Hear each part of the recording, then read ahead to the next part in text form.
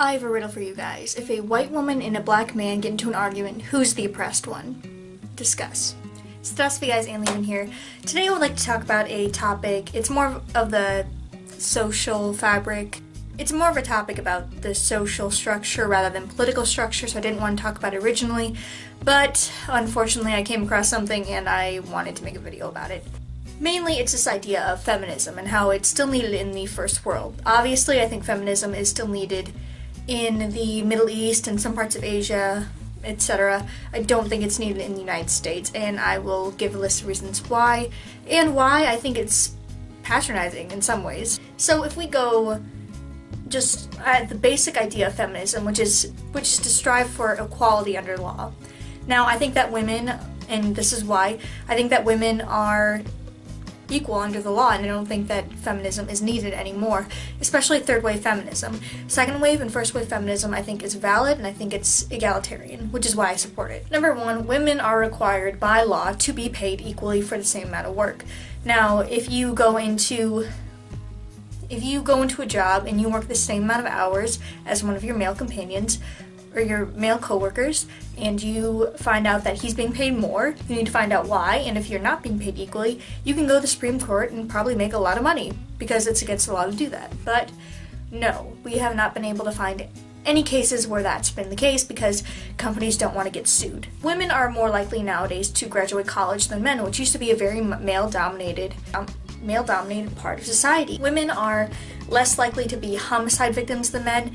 The only crime that women beat men at is sexual assault, and in that case it's more likely to be perpetuated by someone that the woman knows. So there's actually this myth that it's completely unsafe for women to walk alone at night, whereas it's completely safe for men to walk alone at night, where in fact it's the opposite. Women need to protect themselves more in personal situations, whereas men need to protect themselves more in, the dark of night. There's even some studies that show that women are more likely to receive shorter prison sentences for men for the exact same crimes. And we've even seen some places where if it's a statutory rape case against a woman, it likely won't get convicted and she'll be lauded as a hero on like Slate and Cosmopolitan.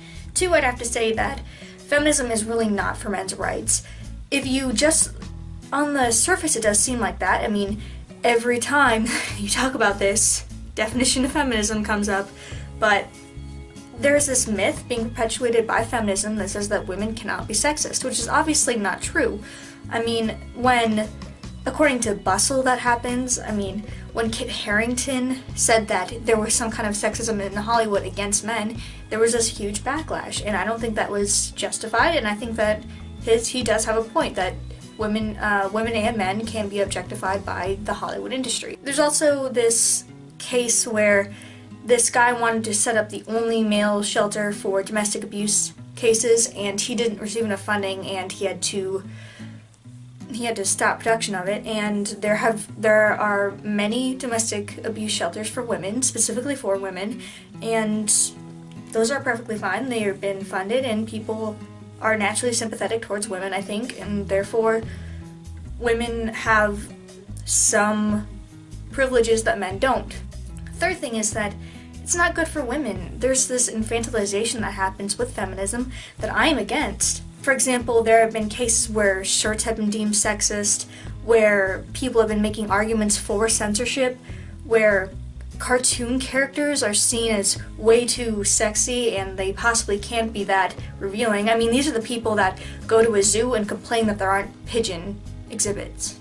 And there's this idea that if there's a history of something, that means that the oppression still has to exist. Whereas, obviously, America is very good with wealth mobility, and so there's nothing holding women in the first world back. So history does not mean that oppression is occurring at that moment. I mean, jokes are suddenly the end of the world. If someone says a sexist joke, that means that they're helping sexism occur, and it's the end of the world again.